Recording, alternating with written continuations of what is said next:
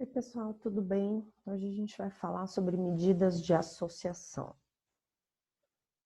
As medidas de associação, elas são utilizadas nos estudos epidemiológicos com o objetivo de obter medidas objetivas, né, exatas, entre a exposição a um fator de risco e a doença propriamente dita. Essas medidas, elas podem ser do tipo medidas relativas ou medidas absolutas. Então, as medidas relativas, elas vão utilizar uma razão e estimam quantas vezes uma medida é maior ou menor nos grupos que estão sendo comparados. E aí, dentro dessas medidas relativas, a gente tem risco relativo, razão de chances, razão de prevalências. Dentro das medidas de associação absolutas, elas vão utilizar uma subtração e normalmente trazem uma informação aí de escala absoluta, né? Então, a diferença de frequência dos desfechos entre os grupos que estão sendo comparados. Então, grupo exposto, grupo não exposto. E aí, as principais medidas absolutas são o risco atribuível e a redução absoluta de risco. Então, a gente vai falar um pouquinho mais de cada uma dessas medidas e entender como elas são calculadas. Então, além dessas medidas de associação, a gente também precisa, dentro dos estudos, né, epidemiológicos, avaliar o impacto de uma determinada exposição numa população. Então, para eu ver qual é a relevância desse fator de risco. Né? E aí essas medidas, elas são medidas de risco populacional que a gente chama. Então, por exemplo, qual que é o risco relativo, né? Quantas vezes maior é o risco das pessoas expostas quando comparados ao risco das pessoas não expostas? Então, a gente tem aqui indivíduos com câncer de pulmão. Quantas vezes maior é o risco de indivíduos fumantes desenvolverem câncer de pulmão quando comparados a indivíduos não fumantes? Né? Então, aqui nesse exemplo, a gente vê que o risco relativo é 40. Então, isso significa que os indivíduos que fumam têm um risco 40 vezes maior do que os não fumantes de adquirir câncer de pulmão. Então, na verdade, esses cálculos, né, e essas medidas, elas trazem essa informação aí do impacto ou de quão relevante é esse fator de risco para o desencadeamento ou não de uma determinada doença, tá?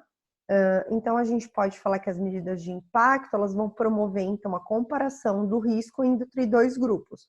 O grupo que é exposto ao fator de risco e o grupo que não é exposto, certo? Então, para a gente entender melhor, eu tenho aqui, né, uma população, e dentro dessa população eu tenho os indivíduos expostos e os indivíduos não expostos. E a partir, então, desses dois grupos, a gente vai determinar e vai calcular as medidas de associação. Então, antes de tudo, para a gente calcular o RR, que é o risco relativo, primeira coisa é avaliar o risco dos indivíduos que são expostos e depois avaliar os dos indivíduos que não são expostos. Então, eu vou pegar aqui os expostos, né, que é o maior número de pessoas, e dividir pela população geral. Depois, eu vou pegar os não expostos e também dividir pela população geral. E depois, então, o valor obtido aqui da exposição, eu divido pelo valor obtido nos indivíduos não expostos, certo? Então, aqui a gente tem, né, isso mais exemplificado.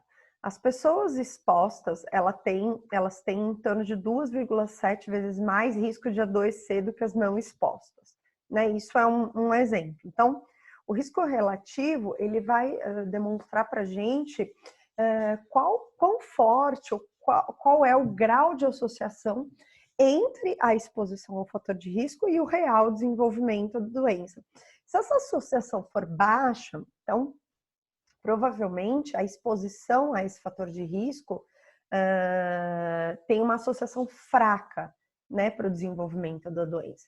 Agora, se a gente percebe uma associação mais forte, uma relação maior entre a exposição e a doença, então esse risco ele vai dar um valor mais alto, tá?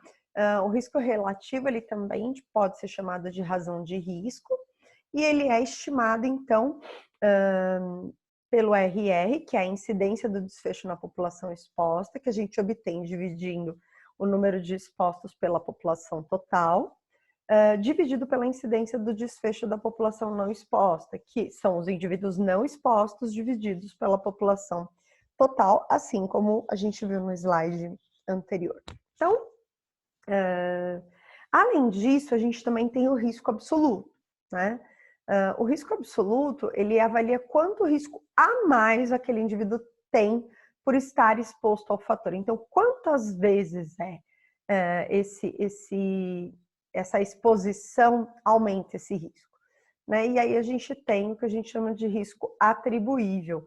Então, esse risco atribuível, ele não é uma razão, mas sim uma subtração, ele é uma diferença entre a incidência dos expostos e a incidência dos não expostos. Então, lá, a gente estava falando no risco relativo, numa razão, numa divisão, né, entre a incidência de expostos e a incidência de não expostos. Aqui a gente tem uma diferença ou subtração entre expostos e não expostos, tá? Então, por exemplo, qual o risco adicional de uma doença que pode ser atribuída a uma exposição? Risco além daquele apresentado por pessoas não expostas, né?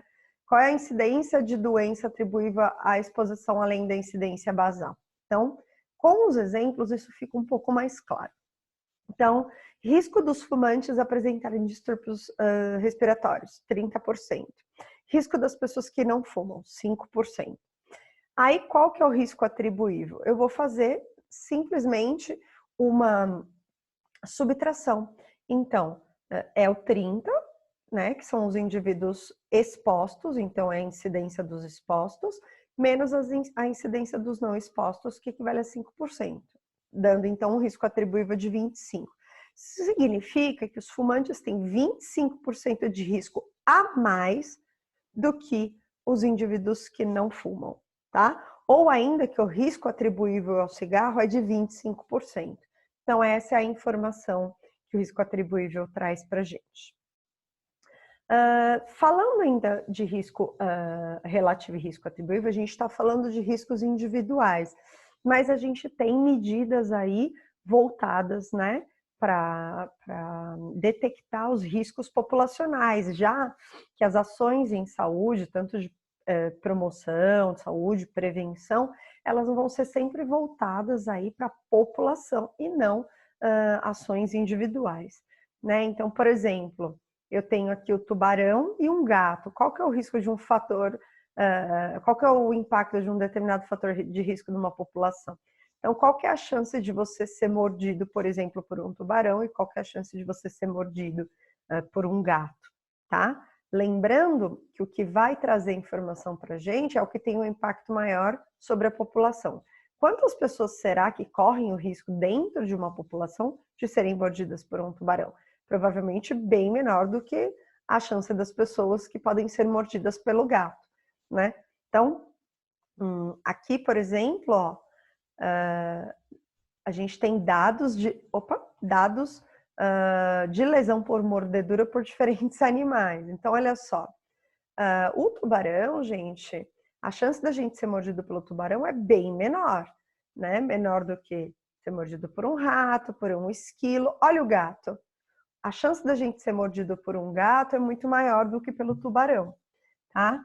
E mais ainda, a chance da gente se morder enquanto a gente está comendo é maior ainda que a mordedura pelo gato, tá? Mais ou menos o dobro.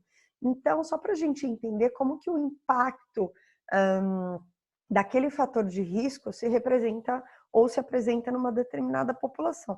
É claro que se a gente for tratar da gravidade, a mordedura do tubarão é muito mais grave, porém a chance dela atingir ou de uma parcela da população ser mordida pelo tubarão é muito menor, infinitamente menor do que a lesão por mordedura quando a gente está se alimentando e morde a própria língua ou o lábio, certo?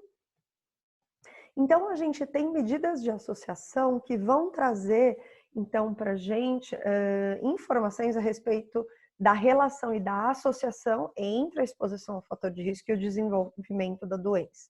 Então, a gente tem o risco atribuível na população que é calculado multiplicando-se o risco atribuível vezes a prevalência de exposição. E a gente tem a fração atribuível na população, tá? Que é a razão, o risco, desculpa, atribuível da população, que vai ser o valor que a gente vai obter nessa conta, dividido pela incidência da doença na população. Professora, mas como que eu vou fazer esse monte de cálculo? Calma, gente, a gente vai ter aqui um exemplo e vocês vão entender, tá? Então, vamos lá. Um grupo de 1.000 moradores de uma pequena cidade foi acompanhado por 20 anos. No início do estudo, as pessoas foram classificadas de acordo com o nível de ansiedade, tá? Então, foram observados, foi relacionado o nível de ansiedade à ocorrência de acidentes de trânsito. No final do estudo, esses foram os resultados. Dentre os indivíduos com menor nível de ansiedade, 300 pessoas e 3 acidentes. Já no grupo com maior nível de ansiedade estavam 700 pessoas e 35 acidentes. Vamos ver qual é a relevância, né, dessa interação entre ansiedade e acidentes de trânsito? Então, primeira coisa é fazer o cálculo do risco relativo. Então, o que é o risco relativo? É eu pegar a exposição, então, os indivíduos expostos, dividido pela população. Então, eu tenho a incidência da exposição, tá? Então, quem eram os expostos? Os 35, que tiveram acidentes de trânsito dentro da população de ansiosos, que eram 700. Portanto, essa incidência me dá 0,05. E aí, eu tenho que calcular a incidência nos não expostos, que são o quê? Os 3 que tiveram acidentes de trânsito dentro dos 300 pouco ansiosos, que dá 0,01.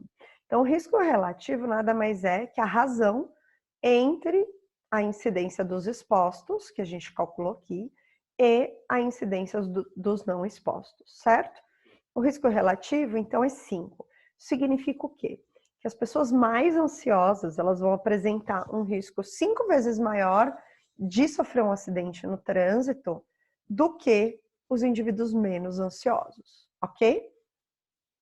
E aí, como que eu vou calcular o risco atribuível? Então, o risco atribuível, a gente vai utilizar os mesmos valores de incidência, incidência dos expostos e incidência dos não expostos, mas aqui, ao invés da gente fazer uma razão, né, uma divisão, a gente vai calcular a diferença, ou seja, a gente vai fazer uma subtração. Então, é a incidência dos expostos menos a incidência dos não expostos. E aqui eu vou obter um valor de 0,04, tá? Que é um valor absoluto. Ou eu posso dizer, então, que eu vou ter 4 casos a cada 100. Então, o nível de ansiedade representa um excesso de risco de 4 casos para cada 100 em relação ao risco basal das pessoas menos ansiosas. Ok? E aí eu vou calcular o risco atribuível e a fração atribuível na população. Então, o que era o risco atribuível na população? Era, voltando lá, né? O risco atribuível multiplicado pela prevalência. Então, qual é a prevalência de pessoas ansiosas aí? Então, eu tinha 700 pessoas ansiosas dentro de uma população de 1.000. Portanto, 70% dessa população é ansiosa, certo? Então, eu vou multiplicar o 0,04, que foi o risco relativo calculado no slide anterior, vezes a prevalência, que é 70. Encontro, então, um risco atribuível na população de 0,028. O que significa? Que a incidência de acidentes associada à ansiedade é de 28 para cada 1.000, ok? E aí eu posso calcular a fração atribuível na população. Então, eu vou pegar esse valor obtido aqui, né? Então, risco atribuível na população, que é o 0,028, e vou dividir pela incidência. Então, quem é a incidência? São os indivíduos que foram atingidos lá pelo acidente de trânsito. 35 dentro do grupo de ansiosos, mais 3 dentro do grupo de pouco ansiosos, totalizando 38 acidentes de trânsito na população de 1.000, certo? Isso equivale a 0,038. Então, eu vou pegar o 0,028, que é o risco atribuível da população, e dividir pela incidência, que é 0,038, chegando então a uma fração atribuível na população de 0,74, que significa o quê? Que de todos os acidentes, 74% podem ser atribuídos a um maior nível de ansiedade. Então percebe, gente, que dentro aí de um único problema, a gente conseguiu fazer várias associações diferentes e várias medidas que mostram para a gente qual é a relação e a força dessa associação entre a exposição ao fator de risco e a ocorrência do desfecho final, certo? Uma coisa interessante que a gente precisa falar é a respeito dos estudos de caso controle. Esses estudos, a gente não pode calcular ou estimar os riscos diretamente, porque a gente não conhece o número de expostos dentro aí dos estudos de caso controle. E aí, para a gente determinar isso, a gente utiliza a chance, né, o cálculo do odds, ou da chance de exposição entre os casos, comparando com a chance de exposição dos controles. Então, aqui, só para vocês entenderem, o E mais é o indivíduo exposto, o E menos é o indivíduo sem exposição, aqui é o que tem o desfecho e aqui é o que não tem o desfecho. Lembrando que a gente pode ter o desfecho dentro dos expostos e também nos não expostos, e também a gente pode não ter o desfecho dentro de expostos e dentro de não expostos, ok? E aí a gente chega nesse cálculo maluco aqui, né? Que é o odds ratio, que a gente chama. Mas que a gente pode simplificar com essa formulinha aqui, né? Então, OR é igual a A vezes D dividido por B vezes C. Aqui no exemplo, a gente pode calcular o odds ratio a partir da associação, então, entre fumo e doença cardiovascular. Então, o fumo, gente, é a exposição, certo? Aqui a exposição positiva, né, é o indivíduo que fuma, portanto, o F de fuma. O NF, o não fuma, então ele tem a exposição negativa, ele não é exposto, tá? Só comparando aqui com a tabela anterior. E aí a gente tem o indivíduo que tem o desfecho, portanto, tem a doença cardiovascular, e a gente tem o indivíduo que é o controle, que não tem doença cardiovascular, independente de fumar ou não fumar. E aí a gente quer saber qual é a razão de chances aí, tá? Nessa associação. Então, a gente vai utilizar aquele formato mais simples da fórmula. Então, A vezes D dividido por B vezes C. Então, é só colocar aqui os números dentro, né, do quadradinho, obedecendo essa relação, e aí a gente consegue calcular. Então, portanto, A vezes D, então, 15 vezes 45, que dá 675, dividido por C, B vezes C, desculpa, que dá 175. E aí eu vou fazer a razão. 675 dividido por 175, eu cheguei então a uma razão de chances de 3,86. Portanto, quando a gente volta lá onde eu não posso calcular de maneira direta esse risco, eu posso dizer então que através da razão de chances, fumar apresenta, né, aumenta o risco de doença cardiovascular em torno de 3,86 vezes, correto? Então, quando a gente dá o exemplo, fica muito mais fácil de vocês entenderem essas contas, tá bom, gente? Então, essa foi a nossa aula sobre medidas de associação. A gente se vê, então, na nossa próxima aula